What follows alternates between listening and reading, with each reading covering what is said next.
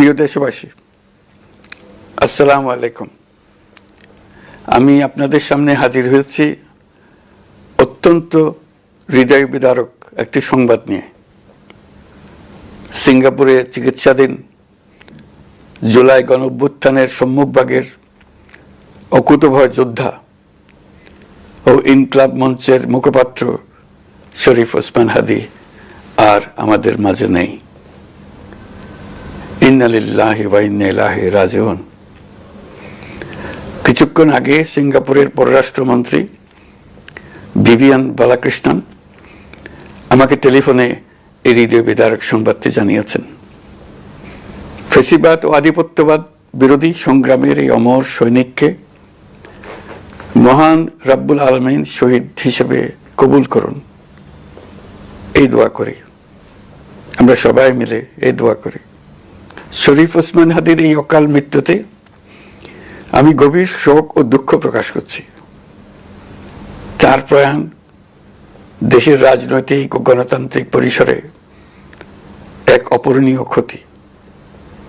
আমি তার রুহের মাগফিরাত কামনা করছি এবং শোক সন্তপ্ত স্ত্রী, পরিবারের সদস্যবৃন্দ, স্বজন ও সহকর্মীদের প্রতি গভীর সমবেদনা জানাচ্ছি। শহীদ ওসমান হাদীর স্ত্রী ও একমাত্র সন্তানের দায়িত্ব সরকার গ্রহণ করবে। শহীদ শরীফ ওসমান হাদীর অকাল মৃত্যুতে আগামী শনিবার একদিনের রাষ্ট্রীয় শোক ঘোষণা করছি।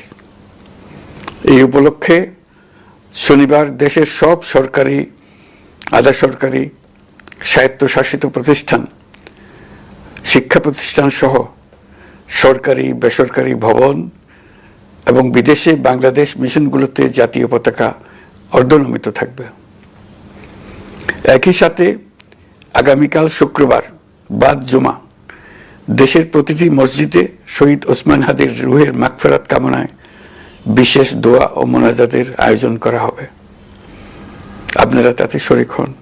অন্যান্য ধর্মের উপাসনালয়গুলোতেও আয়োজন হবে বিশেষ প্রার্থনার। আমি বিশেষ কৃতজ্ঞতা জানাই সিঙ্গাপুর সরকারের প্রতি। তারা হাদীর চিকিৎসা অত্যন্ত আন্তরিকতা ও পেশাদারিত্ব দেখিয়েছেন।